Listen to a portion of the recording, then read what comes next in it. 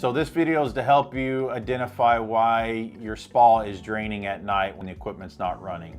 Generally, this occurs when you have a spa that sits higher than your pool and you have a spillover. What is happening is when the equipment shuts off at night and it's not circulating anymore, the spa is trying to naturally level out with the pool, and that is occurring because you have a leak somewhere.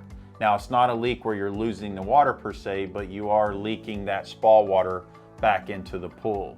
The biggest problem with that is you're exposing your plaster for a long period of time, which it can create potentially a line or change the color.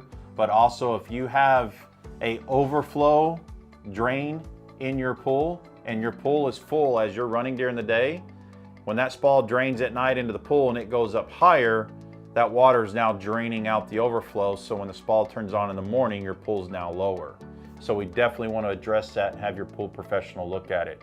But usually what is happening is either a valve has been left over that is shared between the pool and spa side, or you have a one-way valve or check valve that the flapper inside there is either bad and not functioning properly, allowing that water to escape back to the pool.